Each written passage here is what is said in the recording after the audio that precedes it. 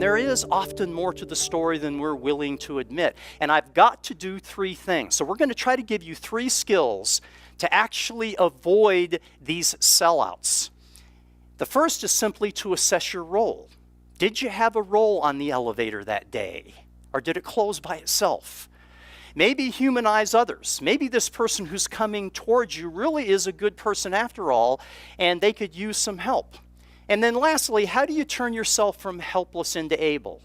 If you've ever been a person who said, well, there wasn't anything I could really do about it, often that's not true. Now, I'd like to kind of delve a little bit more deeply into each of these three skills, and I'm going to do it via a story where I failed miserably on all three of these. So hang with me, listen to the story, and then I'm going to take you back into the story, and I'm going to help you to see the victim, villain, and helpless mentality, and where I failed to assess my role, where I failed to humanize others, and where I failed to turn myself from helpless into able. One of the things that I had a privilege of doing for about 15 years is coaching men's basketball at the college level. And the very last year that I coached, a number of years ago, we had a fairly good team, and our team made the playoffs by one game. Now, if you understand seedings in basketball, if you are the last person to be seeded, who do you get to play in the first round? Number one, yeah.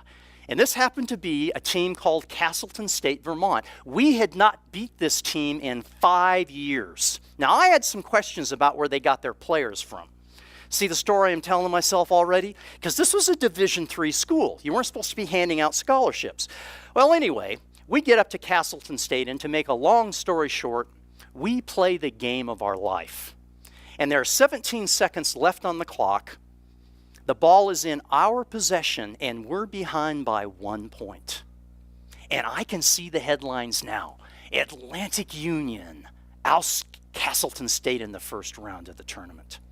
So my assistant coach draws up a play. We call a timeout. He draws up a beautiful play to get the ball into the hands of my point guard. Now, I was very blessed to have a player on my team that year that should have never been at a Division III school. He actually should have been at a Division I school because upon graduation, he was given 3 tryouts by the Los Angeles Lakers. That's how good he was. And that's how confident I was that this was going to be an upset.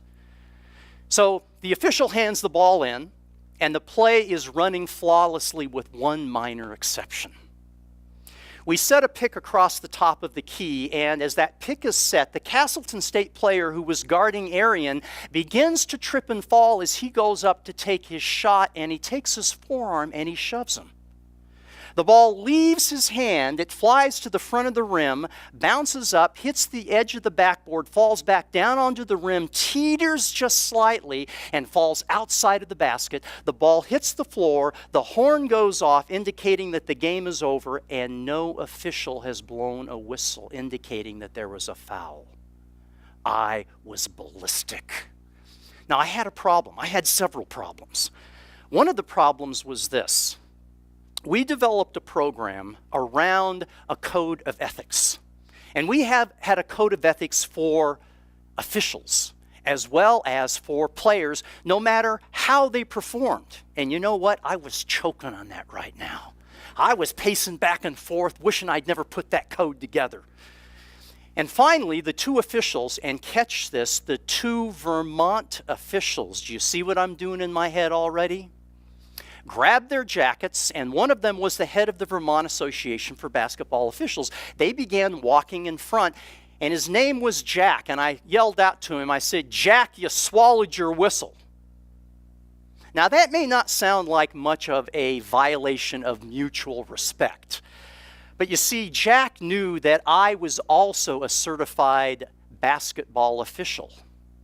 And so somebody from within the fraternity was questioning their ability and their courage. And we know now that when people violate mutual respect, they either go to silence or violence. Where do you think he went? You're right, it was violence.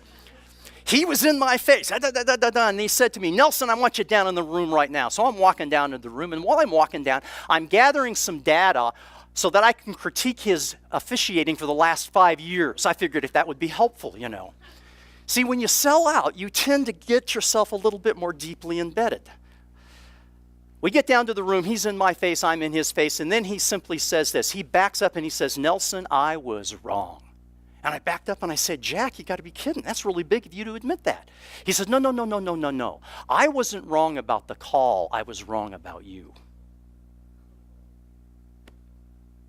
I knew he was right. I had failed to handle this in a way that I had handled it in the past and that I told my players we had to handle it. We had a great talk, but I had another problem now. I came around the corner and I had 12 men who were waiting for me. And what do you think their response was? Did you give it to him, coach? I said, sit down. Teachable moment. I said, I want to be clear. There's nothing wrong with questioning an official. What was wrong is that I sold out in terms of how I did this and where I did this. And I failed you. Now, I got to tell you, it was a long 3-hour ride home.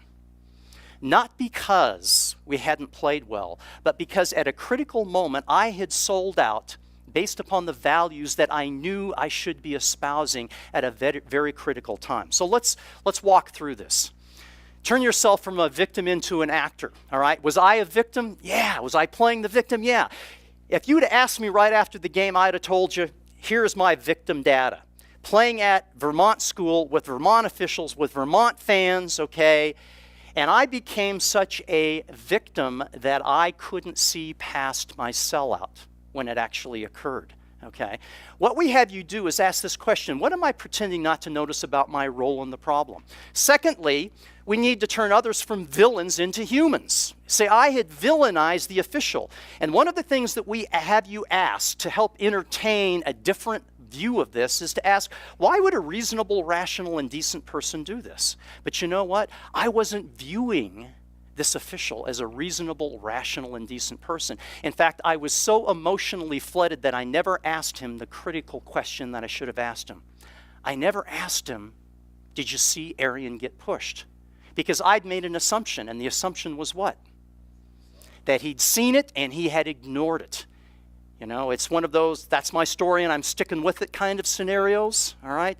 So how do we turn others? Well, we ask, why would a reasonable, rational, and decent person do this? And the truth is I knew that there might be a possibility, having been an official myself, that maybe in the midst of that play, somebody walked in front of him or came in front of him and he didn't see it. So he may actually have done the right thing. And then lastly, how do you turn yourself from helpless into able? You commit to corrective action by asking, what should I do right now to move towards what I really want? See, when he said, Nelson, I was wrong about you, I knew exactly that he had me.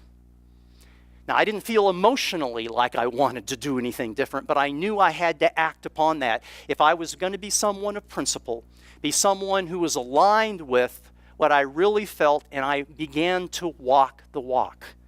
So never forget, when you sell out, you've got two options. You can either admit to it, or you can justify it by victim, villain, and helpless mentality. Thanks so much.